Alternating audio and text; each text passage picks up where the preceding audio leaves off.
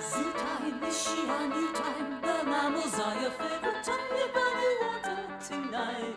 L'exposition se concentre sur cet éditeur, Martin Goodman, et sa société maintenant multimilliardaire, Marvel, qui a été donc en 2014 rachetée par Disney pour la somme de 4 milliards de dollars.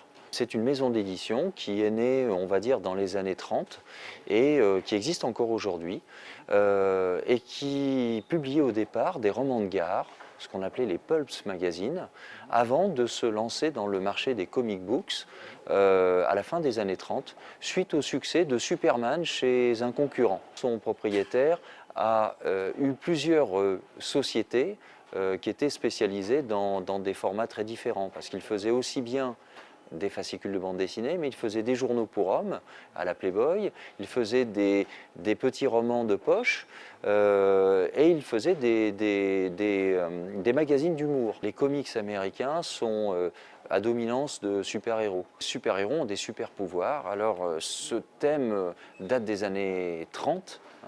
Et ce personnage totalement nouveau de Superman va avoir un succès tellement énorme que tous les éditeurs vont le copier, et Marvel y compris. Ces bandes dessinées Marvel, et c'est ça qui est surtout intéressant et important, eh bien, sont conçues avant tout par les dessinateurs. En fin de compte, Stan Lee va laisser la liberté totale à ses dessinateurs de raconter les histoires. Et lui, il va réceptionner les planches, et à partir des histoires dont il aura donné peut-être quelques éléments au dessinateur et quelques éléments dans la direction du titre, eh bien, Stan Lee va récupérer les planches de l'histoire une fois terminée pour écrire les dialogues.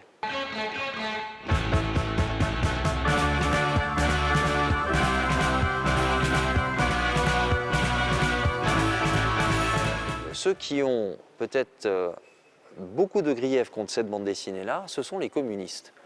Les communistes veulent s'opposer à l'arrivée et la commercialisation de la bande dessinée américaine en France pour favoriser la bande dessinée d'origine française qu'ils publient dans leurs propres publications, notamment Vaillant, puis Pif Gadget.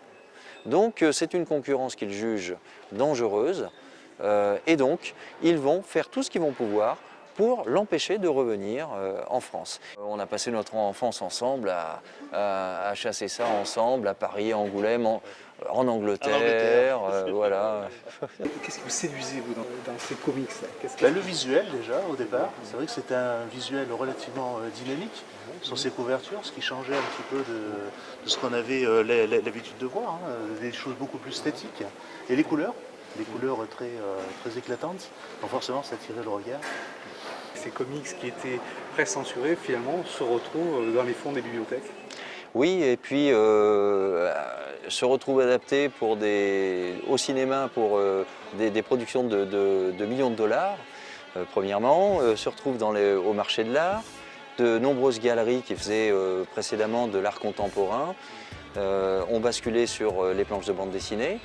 Et Jack Kirby, John Buscema, tous ces gens-là figurent dans les artistes les plus appréciés. Et effectivement, aujourd'hui, on se retrouve, finalement, je crois qu'on est toujours le roi de quelque chose à un moment de sa vie. Il suffit de savoir attendre son heure.